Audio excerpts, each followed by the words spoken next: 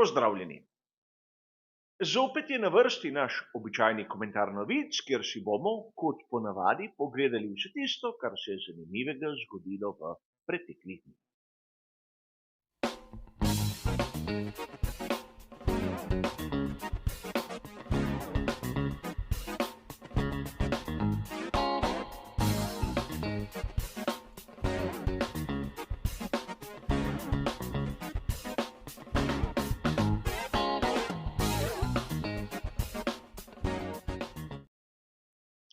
Današnji komentar novic bo nekoliko drugačen od tistih običajnih. Seveda tudi tokrat se bomo ustavili pri 4 različnih sklopih in vse bližnjice do originalnih člankov bodo kot običajno navedene v opisu. A danes se bom lotil vseh tistih tem, ki so me zmotile pri spremljanju velike nagrade Miamija. In kot ste že videli v preteklosti, uporabljal bom tisto znano tehniko. Namreč, ko bom govoril o dejstvih navedenih v člankih, bo slika barvna. Ko bom dodal svoje osebno mnenje, se bo slika spremenila v črno-belo. A da ne bo današnji 20. komentar novic predolg, je najbolje, da se lotimo naše prve današnje teme.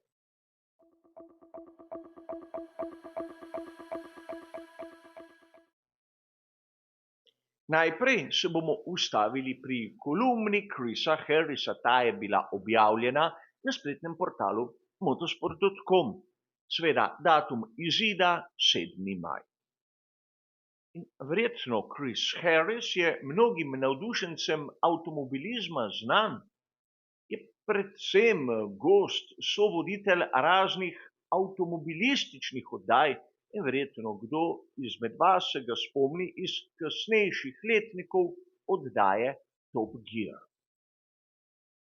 A za spletni portal je spisal kolumno o tem, kaj se mu je zdela velika nagrada Miamija. In verjetno marsikdo je bil začuden, ko je prebral, da pravzaprav je videl najsvetlejšo točko celotnega vikenda v Kevinu Magnusenu. In tu pravzaprav hvali dejstvo, da je Kevin Magnussen s svojim obnašanjem na progi prevzel sloj reflektorjem vsem tistim šampionom, ki so na to nastopili na sami dirki. In verjamem, da komu izmed navdušencev Formule 1 je bil mogoče takšen sestavek tudi všeč. Namreč govoriti o tistih, imenujmo jih junakih iz ozadja, marsikdaj pritegne pozornost seveda navdušencev, ki niso prav pri zadevi, ki niso vešči vseh prvin, katere sestavljajo Formulo 1. A težava je v tem, da niti uredniki portala motorsport.com niso te kolumne označili enostavno kot sramotno. Že samo po sebi je bilo obnašanje Kevina Magnusena nekaj, kar je bistveno pod vsakim standardom, ki naj bi veljal v Formuli 1. Še komisarji si niso bili enotni, ali naj ga diskvalificirajo ali ne, in tudi to je povzročilo veliko goro sramote celotni organizaciji. Ampak Magnussen s svojim početjem ni le zasenčil tega športa na sobotnem sprintu, nadaljeval je tudi na nedeljski dirki. Zato ga hvaliti kot neko svetlo točko celotnega vikenda je po mojem skromnem mnenju samo odraz nepoznavanja Formule 1. Pravzaprav sem dobil občutek, da Chris Harris si želi biti drugi Clarkson, ampak Clarkson je samo eden in že tega imamo kdaj pa kdaj dovolj. A pojdimo k drugem sramotnem dejstvu, ki smo ga lahko zasledili na veliki nagradi Miamija.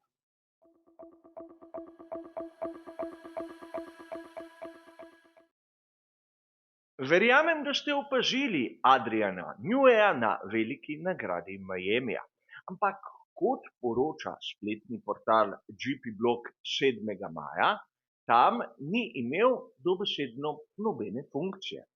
Čeprav smo ga vsi mi videli v tistih standardnih oblačilih ekipe Red Bull in prisotnega na samem komandnem pultu, ni imel nobene besede pri odločitvah glede dirkaškega vikenda in tudi prisoten naj ne bi bil na nobenem sestanku.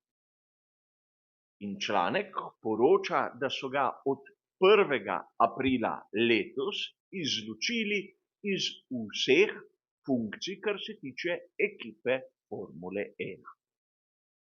Torej, odprto ostaja vprašanje, kaj je počel Adrian Newey na veliki nagradi Miamija. Žal imam občutek, da Adrian Newey na veliki nagradi Miamija je igral Adriana Neweja. Čeprav je oddaleč gledal na primer bolid skuderije Ferrari, konec koncev, tudi če bi ugotovil kakšno skrivnost le-te, ne bi ugradil na Red Bull RB20. Podobno kot Jackie Stewart je samo nekako predstavljal vlogo enega izmed najpomembnejših inženirjev vseh časov.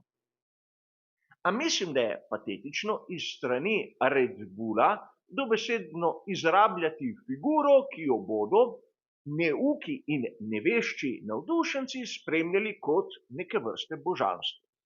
Če Adriana Neweja imaš v ekipi in ne sme sodelovati, naj bo lepo doma, kjer lahko vrtnari, če želi, ampak imeti ga na komandnem pultu, brez da bi opravljal svoje funkcije, je malodane patetično. A verjamem, mnogi so zadovoljni s tem, da vidijo Adriana Neweja, čeprav ne vedo, kaj pravzaprav tam počne. In mnogokrat je to v resnici nič. A pojdimo k tretjem sklopu, ki je še bistveno bolj zaskrbljujoč.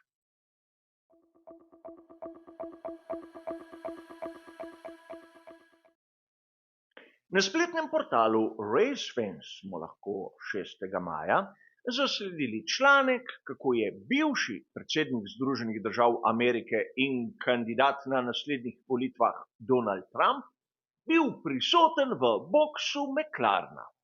V nadaljevanju smo lahko zasledili, kako je pravzaprav trdil, da je bil on tisti srečni faktor, ki je Landu Norrisu pomagal do prve zmage in podobne nebuloze. A meni osebno se zdi takšno vedenje dobesedno izkoriščanje Formule 1 in Landa Norrisa. Verjamem, Donald Trump se je pri McLarenu počutil kot doma, ampak nikogar ne briga, če je barvna shema bolida Formule 1 podobna njegovi pričeski. Mi, navdušenci, imamo radi ta šport, pa ne glede na naš politični pogled. Bistvo Formule 1 je, da združuje in da ne razdvaja. Zato politiki iz vseh držav so seveda dobrodošli, ampak kot neke nevtralne figure, ki ne izkoriščajo popularnost voznikov, na primer na naslednjih volitvah. To se meni osebno zdi podlo. Kaj bodo dejali podporniki Trumpa, ki navijajo za kakšno drugo ekipo? Ali pa navijači McLarena, ki pač tega bivšega ameriškega predsednika ne cenijo preveč? Politika mora ostati izven športa. In tega bi se moral zavedati Zac Brown in tudi Lando Norris. Verjamem, da je lepo, če je nekdo mogočen in ti pride čestitati oziroma želeti srečo pred štartom.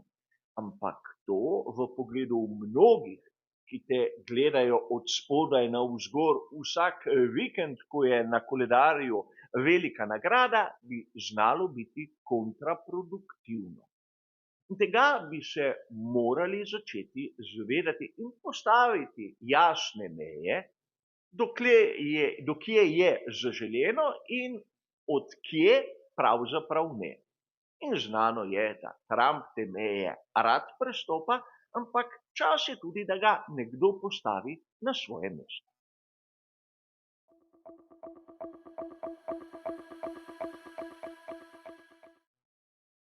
Za konec pa še rahlo šaljiva in ležerna tema.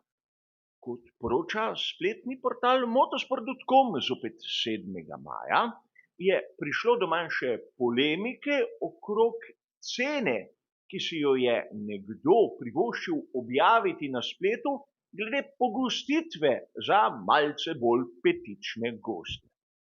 Seveda smo v Floridi, kjer mrgoli bogatašev, ampak zanimivo je, da kar naenkrat so res visoke cene postale sporne. Čeprav smo lahko videli takoj izjavo, da le te naj ne bi bile tako pretirane, naj bi bile vzete iz konteksta in da naj ne bi bilo jasno, za koliko ljudi so bile pravzaprav porcije. A sam menim, da v Floridi ni nič kaj takega, če so cene podobne onim, ki so bile na primer leto poprej v Las Vegasu, kjer se pravzaprav nihče ni pritoževal nad tem, da so bile cene vstopnic in verjetno tudi vsega ostalega bistveno nad onim, kar je še, dovolite mi izraz, človeško dostojno. In če se nekdo zgraža nad vrtoglavimi cenami, bi vas rad spomnil, da znani ambasador Formule 1, kontroverzni Flavio Briatore, ima po svetu tudi pizzerije, v katerih vas lahko ta tipična italijanska jed stane tudi več kot 60 evrov na osebo. In če imamo takšnega ambasadorja, takšen zgled v samem Pedoku, zakaj smo začudeni, če mu drugi sledijo? Malce realnosti tudi v tem svetu ne bi škodilo. A tako, prišli smo tudi do konca 20. komentarja novic v sezoni 2024. Hvala za vašo pozornost in nasvidenje.